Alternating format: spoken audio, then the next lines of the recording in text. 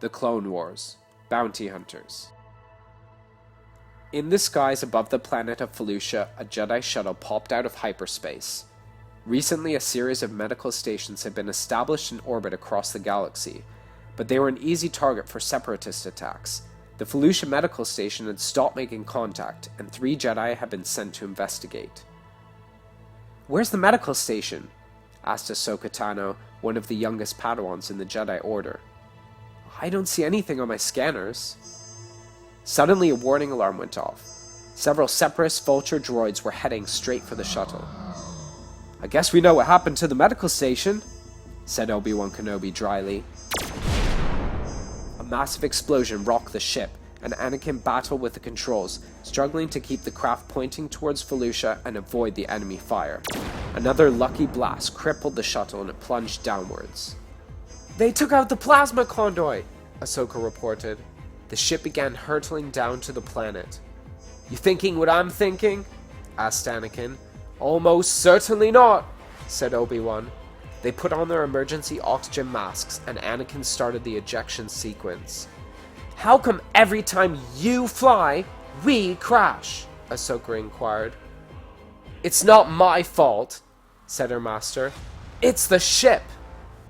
The 3 Jedi pulled their chair releases. Safety capsules appeared around them, and 3 survival spheres ejected up and away from the shuttle. It crashed into the ground, and the vulture droids followed it, while the survival spheres bounced away across the planet's surface. The survival spheres finally bounced to a stop, and the Jedi climbed warily out. They headed towards a small farming village that was visible on the horizon. They found it was deserted, although the crops were in full bloom. "They're growing healing herbs," Ahsoka observed. "Psyllium, I believe," Obi-Wan agreed. "One of the most valuable crops in the galaxy." "This place looks deserted," said Ahsoka. "I don't believe it is," Obi-Wan replied. "The crops are ready to be harvested. Tools are lying about. No, something's amiss." "Well, there's one thing I learned where I grew up," Anakin said. "If you want to know what a farmer is up to, look in his barn." He opened a barn door and found a rugged starship. "This is an odd ship for farmers," said Obi-Wan. "Perhaps someone's here to pick up the psyllium." "I still don't get it," said Ahsoka. "Where is everyone?" They wandered towards the village huts, and Anakin stepped inside one. He could hear something coming from the floor. He opened a hatch leading to the cellar, and found a terrified family staring up at him. "It's okay, we won't hurt you," Ahsoka told them. But as she spoke, a sound made them whirl around. 4 bounty hunters were pointing their weapons at the Jedi. The leader spoke to them calmly. "Kindly drop your weapons," she said. The Jedi stared at the bounty hunters. Sugi, the leader, was a Zabrak. A fearsome Kyuzo called Embo was carrying a heavy bowcaster. There was also Rumi Paramita, a female Frank, with a rifle, and a bulky armored Hulk called Serapis. The bounty hunters were about to attack when a voice cried out, "Stop! Don't harm them!" The village elder, Casus, raced into the hut. "Can't you see these are Jedi?" he exclaimed. "We are saved!" "Need I remind you, Casus," said Sugi in a dangerous tone. "You already made a deal with us." "But with the Jedi's help!" "Help with what?" asked Ahsoka. Casus looked grave. "Pirates," he said. Later, inside his hut, Casus explained the impossible position that they were in. "If we don't give the pirates a portion of our crop, they will destroy our homes, with us in them," he told them. "Psyllium farming is a meager trade. Without our herbs to sell, we will have no money for food, fuel, or equipment." "And yet you can afford to pay mercenaries?" asked the Jedi Master. "These bounty hunters drive a far more reasonable bargain than the pirates," said Casus. "Why not just fight them yourselves?" asked Anakin, always keen on action. "Easy for you, perhaps," Casus replied. "But look at us. We are farmers, not warriors." "What do you want, Jedi?" said Sugi. "We need a ship," said Obi-Wan. "Ours is beyond repair, I'm afraid." "The one in the barn," Anakin said. "That'll do." "That's our ride," Sugi informed them. "It doesn't go anywhere without us, and right now, we're busy." "Busy extorting farmers?" asked Obi-Wan. "I don't hear you offering to help," the bounty hunter retorted. But Obi-Wan needed to report that the medical station had been destroyed. If they waited too long, the Separatists would come looking for them. "Better they get robbed by pirates than attract the interest of General Grievous and his horde," he stated. Suddenly, one of the village children ran towards them, screaming and shouting, "Pirates! Pirates! Pirates! The pirates are back!" The pirates entered the village, and Anakin and Obi-Wan recognized one of them. It was Hondo Ohnaka, the oily leader of the Weequay pirates. The Jedi had already faced them once on Florum. What were they doing here? "Kenobi, Skywalker," Hondo said. "I can't believe you came all this way to see me." "You know each other?" Sugi asked. "Of course we do," said Hondo jovially. "Tell them how far back we go, Kenobi." "Too far, I'm afraid," said Obi-Wan. "And I thought we were friends," Hondo said, laughing. "If you're truly interested in friendship, Hondo, might I suggest you stop threatening these farmers?" said Obi-Wan. Hondo looked shocked. "Threatening them?" he said. "Oh, please tell me you have not been listening to this bounty-hunting scum." "Scum?" repeated Sugi. "We're just here to help them protect what's theirs." "Oh, come, my dear," Hondo mocked. "How much are they paying you?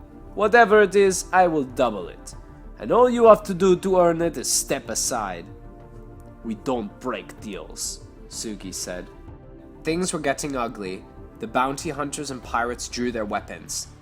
"Steady, everyone," said Obi-Wan, who was hoping to find a way to resolve things peacefully. "All we want is a ride to the nearest Republic outpost, and I'm willing to pay you handsomely for it. Twice what you could make selling this crop." "Well now," mused Hondo, "how do you plan to pay me?" "A funds transfer when we arrive," said Obi-Wan. "Republic credit?" Hondo scoffed. "We've been over this before, Kenobi. My associates don't accept that currency." "I'm offering a deal that benefits us all, Hondo," Obi-Wan said. "Don't let your greed blind you to that fact." "You know I like you, Kenobi," said Hondo, "but no one leaves this planet until I get my Silum. Then I hope you enjoy it here," snapped Sugi, "because you'll be staying a long time, parasite." "You know this crop has not been harvested," said Hondo, glaring at Casus. "You'd better hurry, old man, before things start to die on you."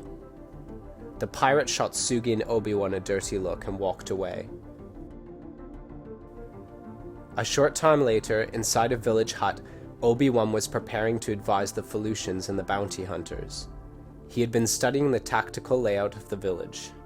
"When the attack comes, it will come from two fronts," he said, showing everyone a hologram of the surrounding terrain. "The forest to the south and the ridge to the north.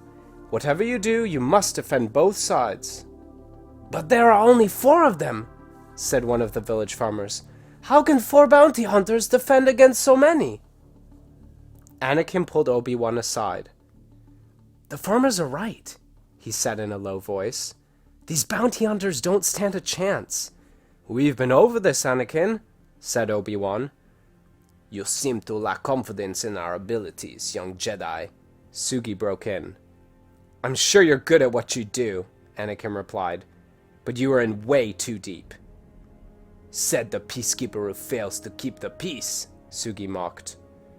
"The rift in our galaxy is not our fault," said Obi-Wan in a calm voice. "If more worlds would stand up for themselves against the Separatists, this war would have been over long ago." Anakin's eyes suddenly began to gleam. He had an idea. "That's it!" he exclaimed. "We'll just train the villagers to defend themselves." Next morning, the Felucians used their hover combines to harvest the Nycillan. Riding T-Muses, they pulled their bales to the barn. Meanwhile, Anakin and his Padawan were busy instructing a disorganized group of villagers. They were clumsy and slow, but they were willing to try. Anakin showed them how to use polearms, while Ahsoka helped others master the slingshot. Obi-Wan and Sugi walked through the barn as the bales were brought in. "What happens if you need the barn as a fallback position?" Obi-Wan asked. "With all the Silim here, it will be difficult to squeeze the farmers in." "There's room," said Sugi in a brusque tone. "I know what I'm doing, and I will keep the people safe. My way." Ahsoka had noticed the well-armored Serapis nearby. He was using a saw to cut into the forest pod-like trees. As one began to topple, Serapis supported its weight himself. "Serapis!" Ahsoka cried. "It's too heavy!" She rushed to help him and shoved him to the ground, just as the tree crashed down where he had been standing. "Serapis?" said Ahsoka, looking down at him. There was something odd about the way his armor was moving. Ahsoka drew closer. Then a small, frail alien popped out from inside the armor. He looked horrified to have been seen by Ahsoka. "Don't look!" he cried. I'm having a suit malfunction. Not very intimidating, am I?" Ahsoka smiled kindly. "You don't have to look tough to be tough," she said, as Serapis closed up his suit. "I thank you for my help," he said. Anakin was struggling to teach the farmers how to use their weapons. One of them threw his pole to the ground in disgust. "Every minute you waste teaching us to twirl these stupid poles is time you could have spent beating those pirates yourselves," he complained. Obi-Wan was nearby. "And what good would that do you?" he asked. "Another band of brigands would inevitably come along. Or do you intend to give away part of your crop every harvest season?" "If you make us do this, there won't be another harvest season," the farmer yelled. Obi-Wan, Sugi, and Rumi placed laser fencing around the barn while Anakin and Embo got the farmers into position. As they turned the fence on, a faint, rumbling sound broke the peace. On the crest of the hill, they saw a group of pirates racing towards them on speeder bikes. The bounty hunters and farmers hurried to their positions. The fight was about to begin. On their Timas mounts, farmers went into battle against the pirates, knocking many of them from their speeder bikes. They used their tractors to topple trees onto the attackers. Serapis's armor suit was blasted, forcing him to abandon it. He leaped onto a speeding bike and battered a pirate, sending him tumbling away. It was a fierce battle. Embo was fighting bravely when Hondo started to blast the village with his armed repulsor tank. Villagers were blasted from their mounts, and one shot knocked Embo down. Hondo laughed. Sugi raced over to her fellow bounty hunter. "Embo, can you hear me?" she exclaimed. "You'll be all right. We'll get you inside." Another blast from Hondo's tank hit nearby, and everyone retreated to the barn. "Die, Jedi scum!" Hondo shrieked as his tank continued to fire. Anakin force-leaped onto the tank with his lightsaber ignited and began to duel with Hondo. The bounty hunter Rumi was picking off pirates with her rifle when a blast from the tank hit her. She was killed instantly. "No!" screamed Sugi. But this was no time for mourning. "Watch your flank!" Obi-Wan yelled. He used the Force to crash a pirate speeder into the laser fence, and Sugi blasted them. After a fierce duel, Anakin flipped Hondo over the edge of a cliff. Hondo teetered at the edge of the cliff in terror. When the pirates saw him there, they retreated and left the village. "The day is won!" Casus cried in triumph. "Help me!" Hondo cried. Anakin reached out his hand and pulled Hondo up, not realizing that the tank was still moving behind him. Just as Hondo reached safety, he shoved Anakin towards the firing tank, which blasted the cliff away. Anakin leaped out of the way and landed in the village below. "The effort is no longer profitable," Hondo muttered. He took off in his pirate ship before anyone could stop him. The pirates had left devastation in their wake, but the villagers had won the day. Casus gathered his people around him. "The crops are to harvest," he said. "Fields to till, huts to rebuild. Now let's get to work." He turned to the Jedi and the bounty hunters. "How can I ever thank you for saving our village?" he said. "We didn't save your village," said Anakin. "Your people did." "For the first time in my memory, my people do not have to be afraid," Casus said. "We will never forget you." He bowed and left. Sugi looked at the Jedi. "I seem to find myself light on company," she said. "Still need that ride back to the Republic outpost?" If it wouldn't be any inconvenience, Obi-Wan replied. On the contrary, said Sugi, with a smile, it would be my pleasure. To be continued.